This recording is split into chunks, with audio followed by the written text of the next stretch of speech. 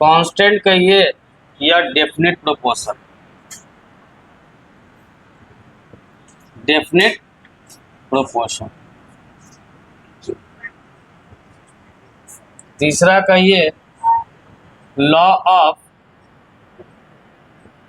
Multiple proportion.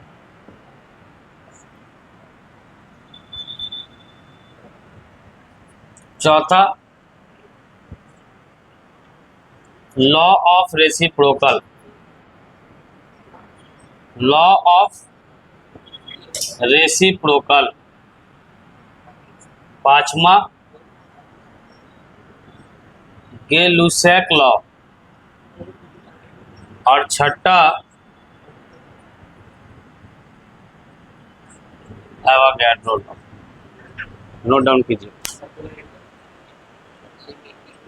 इसके बाद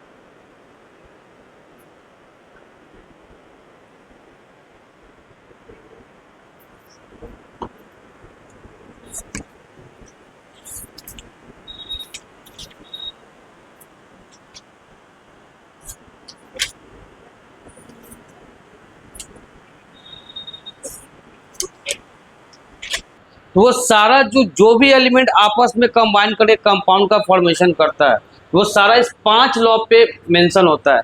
एक लॉ हम एक्स्ट्रा लिखा है जो एनसीईआरटी मेंशन नहीं है, लॉ ऑफ रेसिप्रोकल। इससे कई बार कॉम्पिटिटिव में क्वेश्चन आता है, लेकिन ये एनसीईआरटी में आपको लॉ ऑफ रेसिप्रोकल नहीं मिलेगा। आपको एनसीईआरटी में क्या मिलेगा? Law of conservation of mass, law of definite proportion, law of multiple proportion, Gay-Lussac law और एवोगैड्रो लॉ। एक लॉ हम लोग एक्स्ट्रा लिखा है, कौन सा? रेसिप्रोकल। तो कोई भी एलिमेंट कंबाइन करे कंपाउंड बनाता है, तो यही बेसिक इसी 5 लॉ को फॉलो करता है। इसी 5 लॉ को फॉलो करता है। तो हम बारी बारी से देख रहे हैं कि कौन सा क्या लॉ है। तो पहला लॉ जो हम लोग का है, पहला लॉ जो हम लोग यहाँ से देख रहे हैं, वो कौन सा लॉ है? लॉ ऑफ कंजर्वेशन ऑफ मास। ये लॉ किसके द्वारा गिवन था? एंटनी लेववाइजर। एंटनी लेववाइजर।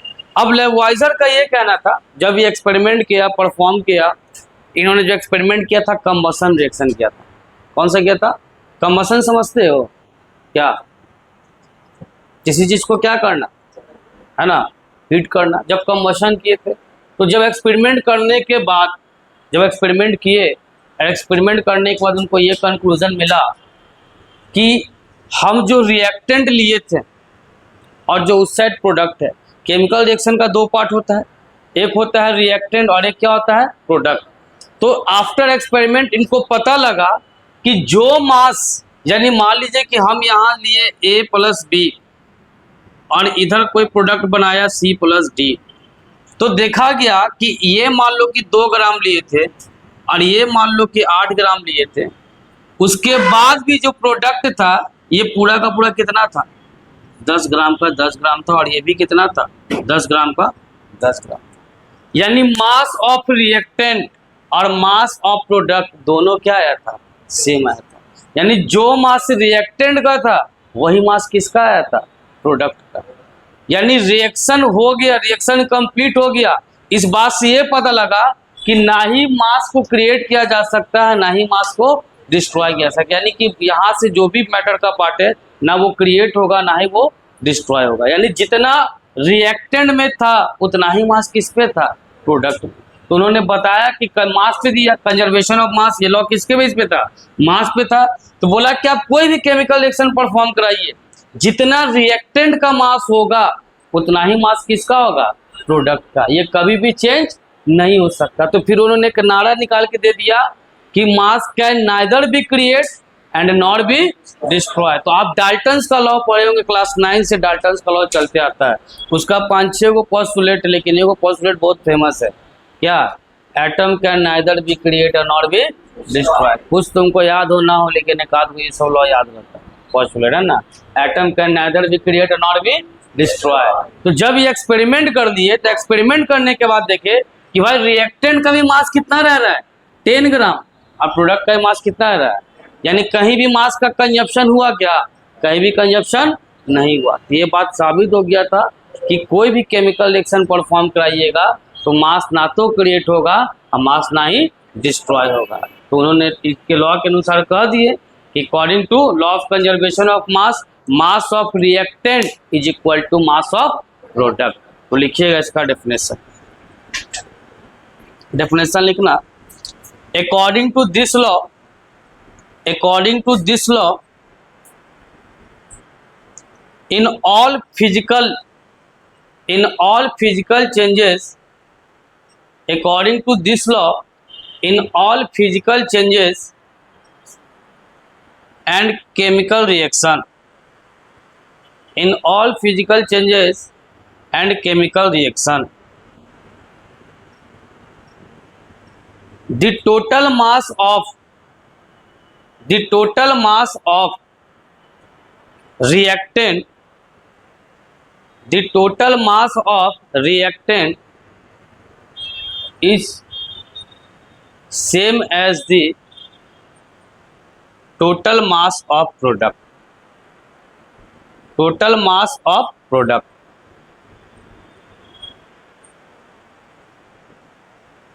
अगला पॉइंट लगाना, this law was given by Anthony Lavoisier, ANTOINE, Anthony Lavoisier, Anthony Lavoisier in 1789, in 1789।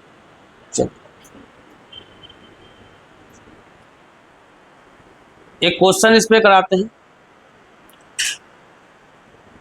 बहुत अच्छा क्वेश्चन है, हम क्वेश्चन लिखाते हैं यहाँ पे।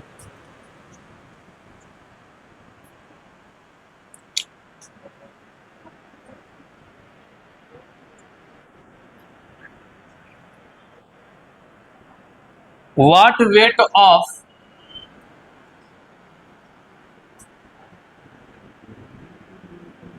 sodium chloride is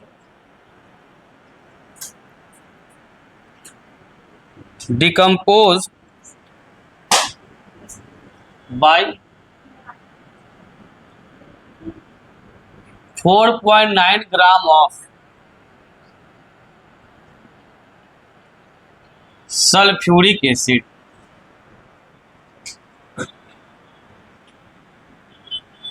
If 6 gram of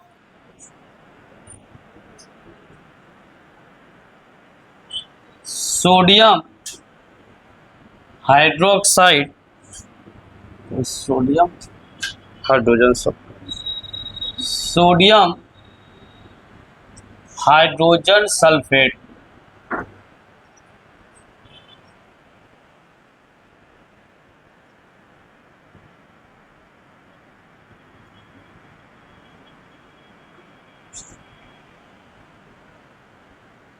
and 1.825 gram of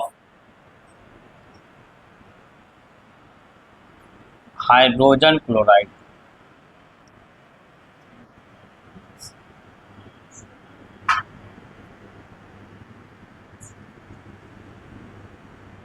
are produced in this same case। ये question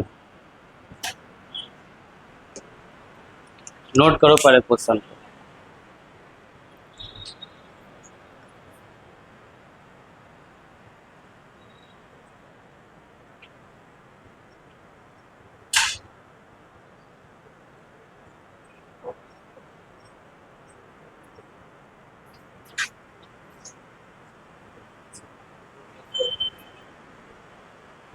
question note करो। हाँ बनाओ, जिससे नहीं बनेगा तो हम डिस्कस करें। क्या? हाँ ट्राई करना है बट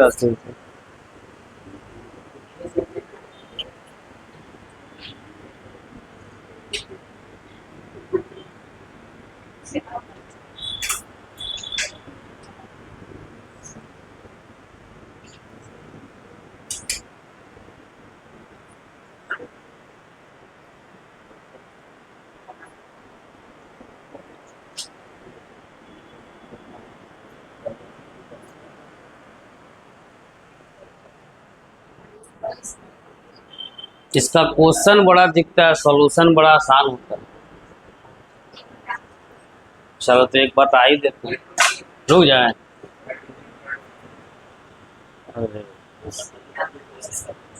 होंगे लेकिन गजब निकल गए ना।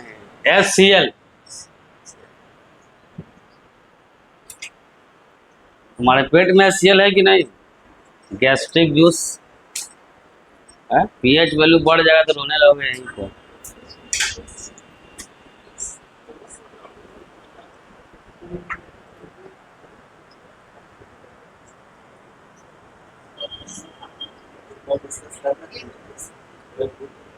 खड़ा हो तो खड़ा खड़ा खड़ा, अब खड़ा रहो 10 मिनट। खड़ा बोलेगा 10 मिनट और बढ़ा दें।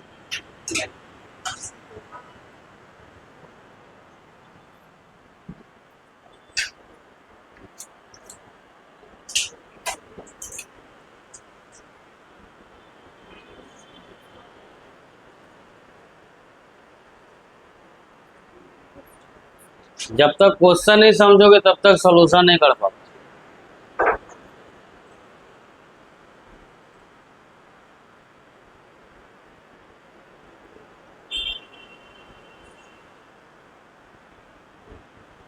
चलो बता देते हैं, आया तुम लोग का? कितना लाए देखते हैं पीछे। अब देखो क्वेश्चन क्या है, मुंह बंद करके बैठ। बट क्वेश्चन में क्या कह रहा है, what weight of sodium chloride is decompose, मतलब टूटना। डिकम्पोज में कितना ग्राम ऑफ सल्फ्यूरिक एसिड? 4.9 ग्राम। तो यानी कि रिएक्टेंट साइड कौन है? सोडियम क्लोराइड का फॉर्मूला NaCl हो गया। डिकम्पोज किसके द्वारा होगा? H2SO4 के साथ जब रिएक्ट करेगा तो ये डिकम्पोज हो जाएगा। डिकम्पोज मतलब टूट जाएगा। डिकम्पोज होकर के फिर ये क्या दे रहा है, तो यहां लिख लेंगे sodium hydrogen sulphate. Sodium hydrogen sulphate यानी यहाँ NaHSO4 दे रहा है, अब प्लस साथ में क्या दे रहा है? Hc। तो इसमें पूछ रहा है कि सोडियम बताओ इसका वेट कितना दे दिया? 4.9 ग्राम। इसका वेट कितना दे दिया? इसका 6 ग्राम है ना, 6 ग्राम। और इसका कितना दे दिया? 1.825 ग्राम। पूछ किसका रहा है आपसे? तो हम लोग according to this law mass of reactant क्या हो जाएगा बोलो तो? Total mass of reactant, total mass of reactant. तो हम लोग क्या कर लेंगे, x plus 4.9 gram total mass of product कितना हो जाएगा जोड़ करके? 7.825 gram. According to this law, ये लॉ क्या कहता है कि टोटल मास ऑफ जो रिएक्टेंट है वो हमेशा किसके इक्वल आएगा? टोटल मास ऑफ प्रोडक्ट के इक्वल आएगा। तो इसका मतलब यहाँ पे क्या लिख लेंगे, x प्लस 4.9 और यहाँ क्या 7.825। x निकालना है, 7.825 में से माइनस क्या कर देंगे 4.9, कितना आगे घटा के 2.9।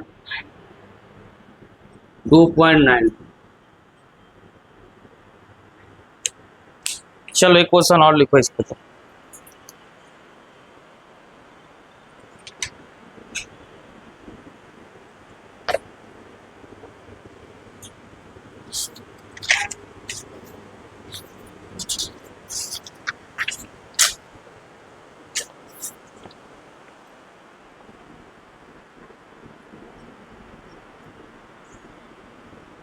क्वेश्चन लिखना, ये उतर गया।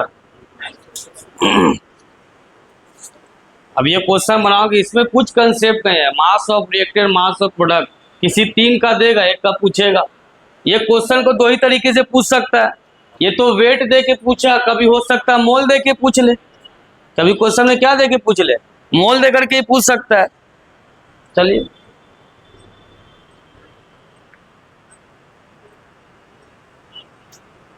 क्वेश्चन लिखना, when 4.2 gram NaHCO3 is added to a solution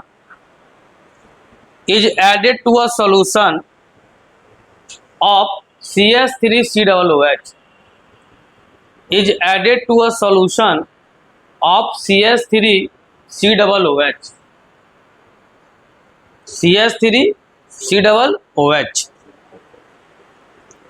weight 10 gram,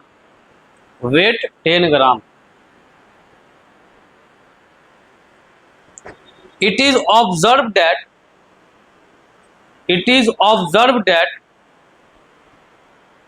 2.2 gram of CO2 it is observed that 2.2 gram of CO2 released to the atmosphere.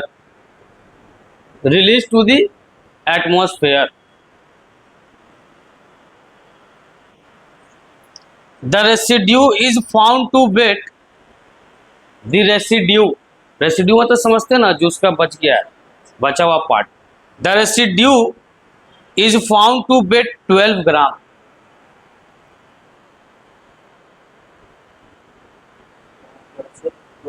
हाँ, so that this observation are follow law of conservation of mass,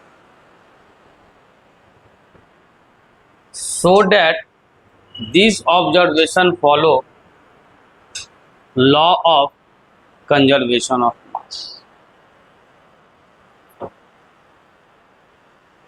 अगर ये conservation of मास को follow करेगा, इसका मतलब reactant और product का total mass क्या आना चाहिए, सेम। अब आप देखिए वहां क्या दिया हुआ है डेटा में।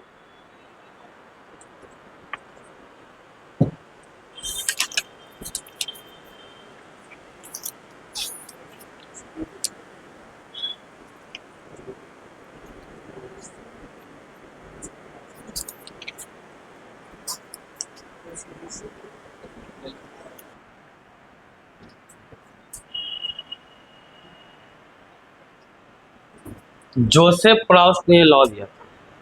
किसने? Joseph Proust. अब सुनो इनका कहना क्या था लॉ में। अब इनका कहना था कि आप किसी भी कंपाउंड को आप किसी भी सोर्स से ऑब्टेन कीजिए, उसमें जो उसके एलिमेंट का जो रेशियो होगा वो हमेशा क्या रहेगा, फिक्स रहेगा। जैसे एग्जांपल मान लो तुम रिवर वाटर लिए, कोई लेक वाटर लिया, कोई टैप वाटर लिया,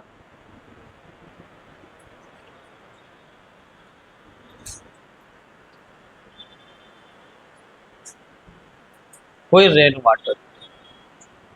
अब ये सोर्सेज है वाटर का, आप रिवर वाटर ले लीजिए, लेक वाटर ले लीजिए, टैप वाटर ले लीजिए, रेन वाटर ले लीजिए, या आप किसी सोर्स से एक्सपेरिमेंट करके वाटर को बना लीजिए।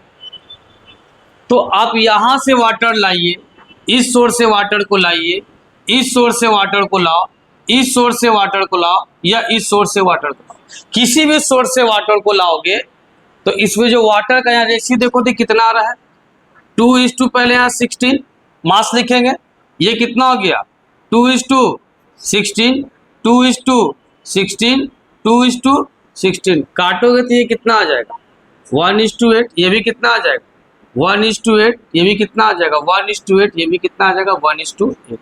यानी इनका कहना था कि आप किसी भी सोर्स से कंपाउंड को ऑब्टेन कीजिए, यानी कि वाटर को हम किसी भी सोर्स से ऑब्टेन किए, लेकिन हमेशा ये किस रेशियो में कंबाइन होगा 1:8 में, 1:8 में कंबाइन होगा। यही लॉ क्या कहता है, डेफिनेट प्रोपोर्शन, कि आप किसी कंपाउंड को किसी भी सोर्स से ऑब्टेन कीजिए, उसमें जो एलिमेंट है वो हमेशा किस कॉम्पोजिशन में, एक फिक्स कॉम्पोजिशन में कंबाइन करेगा। उसके एलिमेंट जो कंबाइन करेंगे उसका कॉम्पोजिशन क्या रहेगा, फिक्स रहेगा। जैसे वाटर में हाइड्रोजन ऑक्सीजन का कॉम्पोजिशन क्या हो गया, फिक्स। अब किसी भी सोर्स से वाटर लाओ, कहीं से लाओ, आगे चल कर कहीं बताओ वाटर का खोज कहाँ चल रहा है, अरे वाटर का खोज कहीं पे चल रहा है कि नहीं चल रहा है, कहाँ, कोई जुपिटर भी कह रहा है जी है? मंगल पे चल रहा है वाटर का खोज। अब मंगल पे जब वाटर मिलेगा तो वहां कौन रेशियो मिलेगा, वहां भी यही रेशियो रहेगा 1:8। अगर आप वाटर कहीं खुद से बनाते हैं हाइड्रोजन ऑक्सीजन को कंबाइन करके, क्योंकि हाइड्रोजन गैस है, ऑक्सीजन गैस है, अब गैस को जब लिक्विफाई कीजिएगा तो किस में कन्वर्ट हो जाएगा, लिक्विड में कन्वर्ट हो जाएगा। तो वो भी लिक्विड में जब कन्वर्ट होगा तो किस रेशियो में आएगा 1:8। इस लॉ का मतलब कि आपको समझ में आ गया कि आप किसी कंपाउंड को किसी भी सोर्स से ऑब्टेन कीजिए, वो कोई भी सोर्स से ऑब्टेन हो, उसमें एलिमेंट का जो रेशियो होगा हमेशा क्या होगा, फिक्स होगा। एक और एग्जांपल, अब तुम जानते होगे, जैसे मान लो ये कैल्शियम कार्बोनेट है, जब इससे तुम हीट किए तो ये तुमको क्या दिया, CO2 + CaO, ठीक है। कंबसन कराओ तो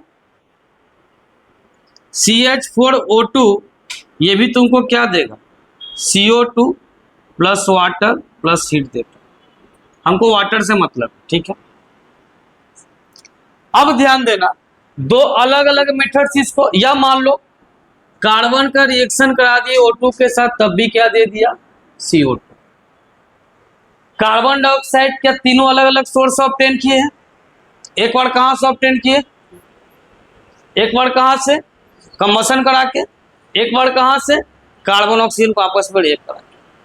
अब जो यहाँ पे CO2 यहाँ पे ऑब्टेन कर लिए, तो ध्यान देना यहाँ जो कार्बन है ये 12:2 कितना हो गया बताओ तो, 32। इसको शॉर्ट करोगे बताओ कितने बार में, 3:8 आएगा क्या, 4 से कटेगा ना। अब ये भी जब आया 12:32, जब इसको भी शॉर्ट करोगे तो ये किस में आ जाएगा बताओ तो, 3:8। यहां भी आओ, ये भी क्या आ रहा है, सॉरी 12:32, इसको भी जब सॉल्व करोगे तो ये भी किस में आ जाएगा 3:8। अब हम CO2 तो अलग अलग सोर्स से ऑब्टेन किए थे, एक बार कैल्शियम कार्बोनेट से, एक बार कंबसन करा के, एक बार कार्बन ऑक्सीजन को आपस में रिएक्ट करा करके, अलग अलग सोर्स से जब CO2 को ऑब्टेन किए, लेकिन CO2 जब कार्बन ऑक्सीजन कंबाइन होगा तो हमेशा किस रेशियो में रहेगा कंपाउंड में, 3:8। अगर 3 पार्ट कार्बन का होगा तो 8 पार्ट किसका होगा, ऑक्सीजन।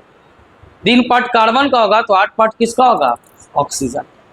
तो अगर तुमसे मान लो पूछा जाए कि मान लीजिए 100 ग्राम अगर CO2 है, 100 ग्राम CO2 है, तो इसके अनुसार बताओ इस CO2 में कार्बन कितना होना चाहिए,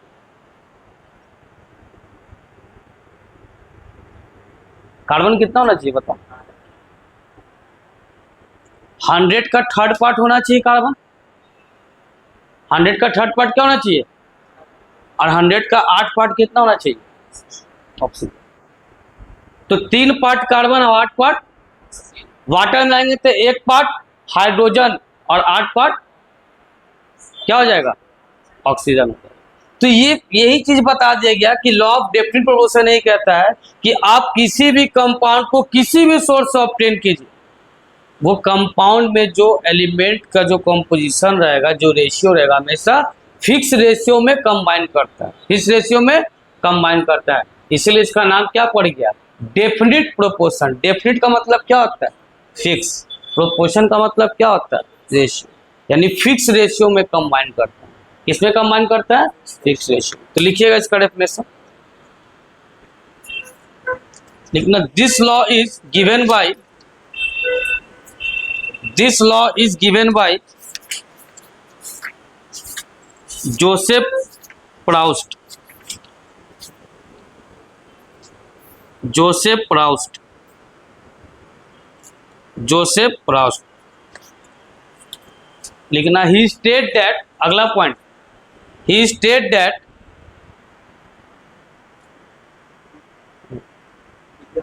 he state, S-T-A-T, state that,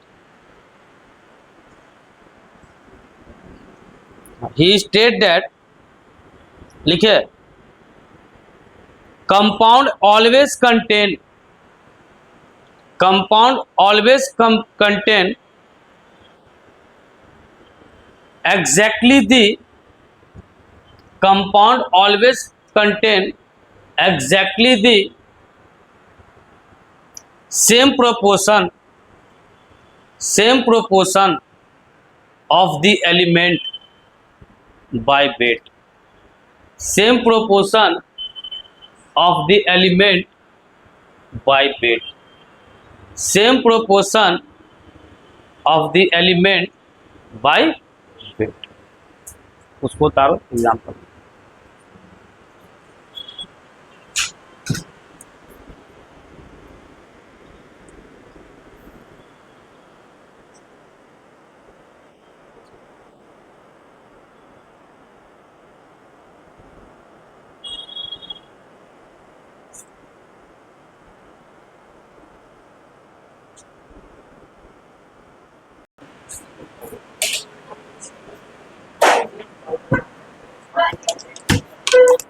तुम लोग का संडे को टेस्ट लगा हुआ है?